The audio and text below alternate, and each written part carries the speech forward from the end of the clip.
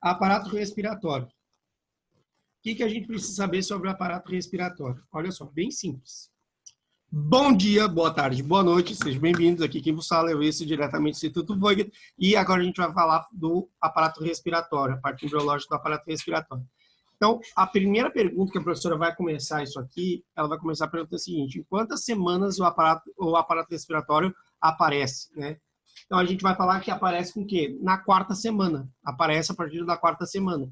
Por quê? Olha só, se a gente for ver aqui, ó, isso aqui é o divertículo respiratório, que ele está nascendo da onde? Se vocês lembrarem que eu já expliquei essa parte das três forras embrionárias importantes, que é o endodermo, mesodermo e ectodermo, você sabe que o tubo digestivo ele vai nascer da onde? Do endodermo. Então, o que acontece? Olha só, nascendo do endodermo, tá se invaginando, tem uma invaginação, ou seja, é alguma coisa que está protruindo do endodermo em direção posterior anterior, ou seja, está indo para frente. Está indo para frente. Essa bolsinha aqui, ela está indo de posterior a anterior.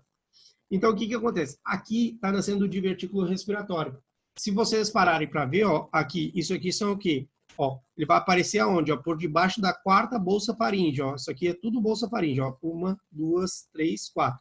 Por debaixo da quarta bolsa faríngea está nascendo o divertículo respiratório. Então, por debaixo da quarta bolsa faríngea, como uma invaginação, né, do endodermo, que a gente já sabe que é do endodermo, então vai aparecer o aparato respiratório, certo? O que acontece? Então, o aparato respiratório ele vai surgir da onde? Então, ele vai surgir entre a terceira e a quarta semana, né, do período somítico, e com isso vai aparecer os esboços pulmonares. Ó. Então, eu tenho o divertículo respiratório, que ele está saindo do reborde tráqueo-esofágico, né?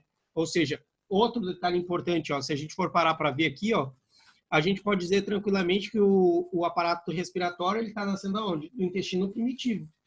Né? Qual? Do intestino anterior. Então, eu já sei disso. É uma coisa que eu consigo visualizar. E aí, o que acontece? Olha só. Então, eu já sei que ele está nascendo e aqui, ó, na medida que ele vai passando o tempo, o divertículo respiratório vai dar 2 esboços pulmonares, que é onde vai aparecer os pulmões depois, tá? Então, olha só, aqui eu remeti de novo, mais uma vez, a gástrula, que apareceu lá na terceira semana, que era aquela estrutura que eu estava falando para vocês, que é importante para a gente poder entender as coisas. Então, olha só, as origens dos componentes do aparato respiratório, se a gente parar para pensar, olha só, o aparato respiratório ele vai fazer o seguinte, ó, ele vai vir para cá, ó, o aparato respiratório, e vai dar uma bolsinha aqui. Só que o que acontece? Se a gente for parar para ver, o aparato respiratório ele vai estar rodeado dessa estrutura aqui, ó. O que é isso aqui, gente, que está rodeando o aparato respiratório? É o mesoderma esplânico, certo? Então, por isso, quem está rodeando esse divertículo aqui, ó, é o mesoderma esplânico, certo? Então, se é o mesoderma esplânico que tá vamos dizer assim, envolvendo o divertículo respiratório, nessa parte aqui que depois vai ser o intestino anterior, o que acontece? Então, eu sei que do endodermo vai surgir quem? O epitélio interno da laringe, da tráquea, dos brônquios e dos pulmões. Está sendo o mesodermo. E do endodermo. E do mesodermo esplânico, eu sei que é tudo que for revestimento. Tudo que for preenchimento, que é os cartílagos, os músculos, tecidos conectivos, tá? Então, fica muito mais fácil de entender dessa forma, certo? O aparato respiratório, tá? Aí, o que acontece? Aí a gente vai começar a falar das capas embrionárias que vão originar o pulmão. Então, olha só, o endodermo vai originar o epitélio de revestimento, as glândulas e a laringe. O mesênquima esplênico, ou seja, o mesoderma esplânico, vai dar origem a quem? Ao tecido conectivo, ao cartílago, aos músculos e ao pulmão, certo? Então, isso aqui, basicamente, você já consegue descrever e falar de onde é que está vindo tudo, certo? Você sabe que o epitélio de revestimento está vindo do endodermo, as glândulas do endodermo, a laringe do endodermo. E o mesênquima esplânico, que é o mesoderma esplênico, ele vai dar origem a quem? Ao tecido conectivo, ao cartílago, ao músculo e ao pulmão, certo? Aqui talvez seja a da parte favorita que a Mirna gosta de ficar perguntando. A Mirna e a Soledad gostam de perguntar isso aqui. Então, para isso aqui, eu vou botar 3 estrelas. Tá? Não dá para ir para a prova sem saber isso aqui, porque elas vão querer as etapas do desenvolvimento do aparato respiratório, as fases. Então, você tem que saber que tem uma fase pseudoglandular, uma fase canalicular, uma fase do saco terminal e uma fase alveolar.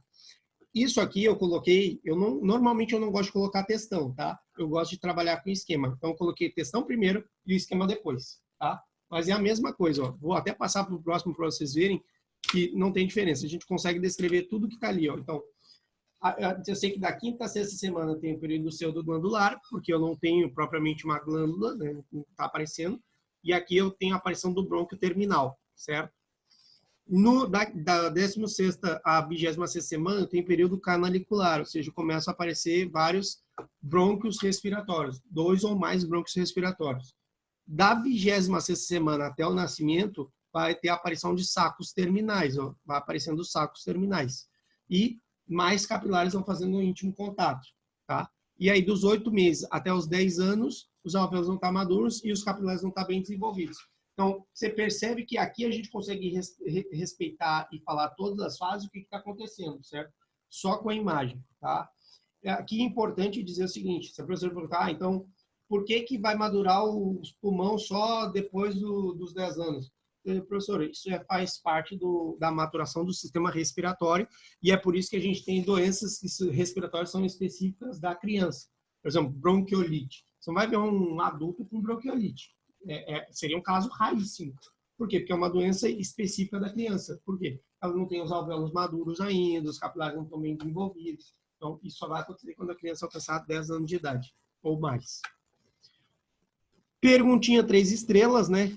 Aqui é outra pergunta que as professoras adoram fazer, que é o quê? É perguntar para explicar o passo do dióxido de carbono na luz do capilar e por qual estruturas vão passar, certo? Então, isso aqui é fato. Isso aqui vai perguntar.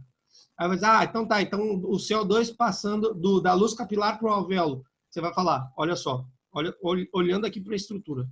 Nossa, cadê o negócio? Ó, então, olhando para a estrutura, o que a gente vai ver?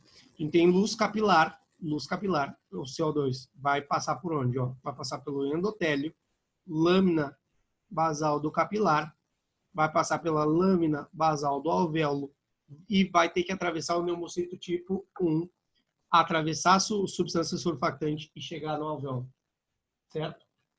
Agora, o O2 está vindo do alvéolo. Então, o O2 ele tem que atravessar quem? Ó? Aí, de baixo para cima, substância surfactante, pneumocito tipo 1, lâmina basal do alvéolo, a lâmina basal do capilar, endotélio e capilar. É simples, é idiota. Isso aqui é bem idiota. Isso aqui dá para aprender rápido, porque respeita uma ordem certa, certo? Então, não tem muita frescura. Eu lembro que o pessoal faz um escândalo. E lembrar o seguinte, ó, outra coisa a pegadinha que vocês não podem errar de 1 e 2. Pneumocito tipo 1, ele está fazendo parte dessa barreira. Tá? O pneumocito tipo 1. Pneumocito tipo 2 é responsável por secretar substância surfactante. Tá? Então, isso aqui a professora vai perguntar. O que secreta substância surfactante? Você só tem 50% de chance de acertar.